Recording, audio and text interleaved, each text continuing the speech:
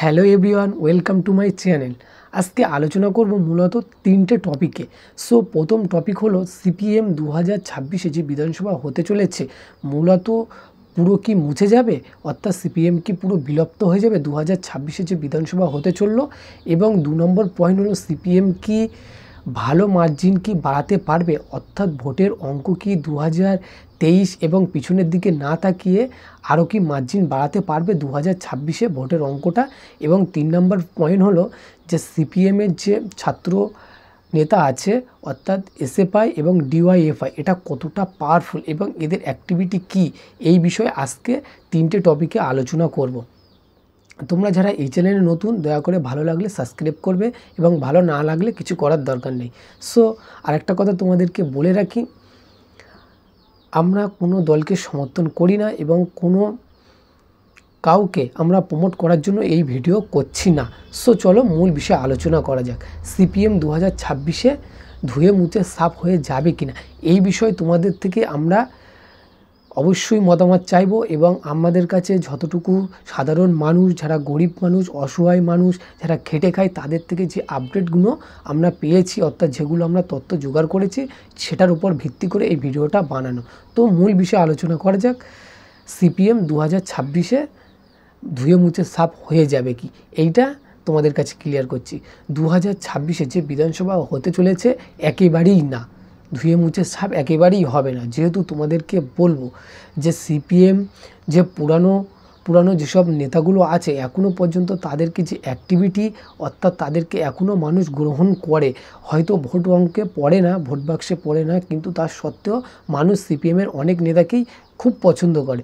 তাদের মধ্যে অন্যতম হলো সুজন চক্রবর্তী, মোহাম্মদ সেলিম, বিমান বসু, তারপরে আরও অনেক নেতা আছে, যেহেতু সবগুলোর নাম বলা সম্ভব হচ্ছে না। তবে তোমাদেরকে বলবো, তোমরা যারা মনে করছো 2026-এ যে সিপিএম কংগ্রেস থাকবে না, তবে তোমরা ভুল ভাবছো, অবশ্যই থাকবে। এবং আরেকটা কথা তোমাদেরকে বলে রাখি, অঙ্ক বাড়বে কিনা, ভোট অঙ্কে বাড়বে কিনা, এই বিষয়ে সাধারণ মানুষের থেকে অবশ্যই তোমরা মতামত নেবে।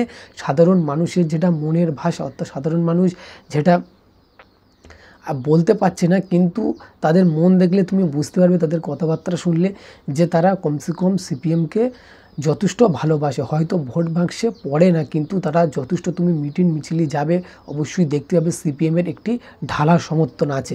এবং যখন কলকাতায় নানান রকম ছোটোখাটো ইস্যু নিয়ে বা বড় কোনো ইস্যু নিয়ে যখন সিপিআইএম পথে নামে, তোমরা দেখতে পাবে বিপুল পরিমাণ লোক অংশগ্রহণ করে। কারণ একটাই, যে সিপিএমের যে নীতি, অবশ্যই এই নীতিকে মানুষ খুব ভালো পছন্দ করে।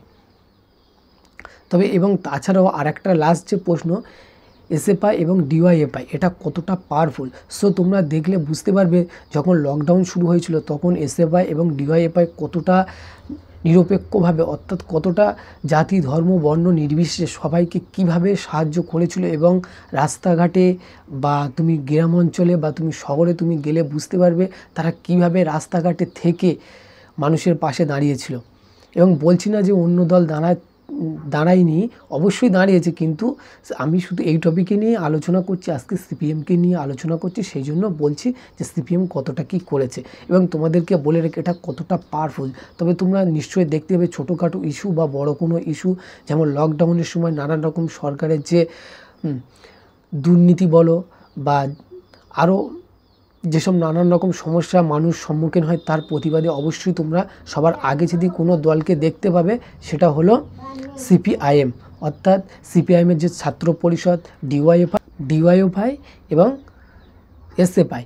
সো আরেকটা কথা তোমাদেরকে বলে রাখি, সিপিএমের কিছু কিছু কাজ মানুষের মনে এখনও পর্যন্ত আপ্রাণ, অর্থাৎ খুব ভালো লাগে যে কাজগুলো তোমাদেরকে বলছি। কর্ম, শিক্ষা, স্বাস্থ্য এবং বাসস্থান, এই যে 3-4টি কথা, এটা খুবই পপুলার। কারণ এই টপিকে সিপিএমের প্রতিটা নেতা এই হিসেবে কথা বলে যে কর্ম, শিক্ষা, স্বাস্থ্য এবং বাসস্থান, অবশ্যই এই 3টে জিনিস, এই 3-4টে জিনিস খুবই দরকার সাধারণ মানুষের। এবং যারা সরকারে আসে তাদেরকে এগুলো অবশ্যই ফলো করা উচিত। কর্ম, শিক্ষা, বাসস্থান। এবং এখনকার ক্ষেত্রে যারা পড়াশুনো করছে তাদের ভবিষ্যৎ কী হবে, বা এমন মানুষ, গরিব মানুষ তারা বিলং করে, তাদেরকে টাকা দেওয়ার মতো সামর্থ্য থাকে না, তারা ভালো পড়াশুনো করে। এক্ষেত্রে তুমি দেখতে পাবে সিপিআইএমের এর পক্ষে কঠোর অবস্থান নেয়, যেমন এদেরকে খুবই সাপোর্ট করে। যেমন তুমি দেখতে পাবে নানান নানান রকম চাকরি বলো, তারপরে নানান রকম দুর্নীতি হচ্ছে বা নানান রকম এসব নানান রকম প্রতিবাদে অবশ্যই তুমি সিপিআইএমকে দেখতে পাবে পথে, রাস্তাঘাটে, হাটে বাজারে অবশ্যই তুমি কান পাতলে শুনতে পাবে যে সিপিএম কতটা সমর্থক। সো 3টে টপিক নিয়ে আলোচনা করলাম। সো ভিডিওটি কেমন লাগলো অবশ্যই কমেন্ট করে জানাবে এবং অবশ্যই তোমাদের মতামত তোমরা কমেন্ট করে জানাবে। আবার নতুন কোনো এপিসোডে দেখাচ্ছে, ততক্ষণ সবাই ভালো থাকবেন।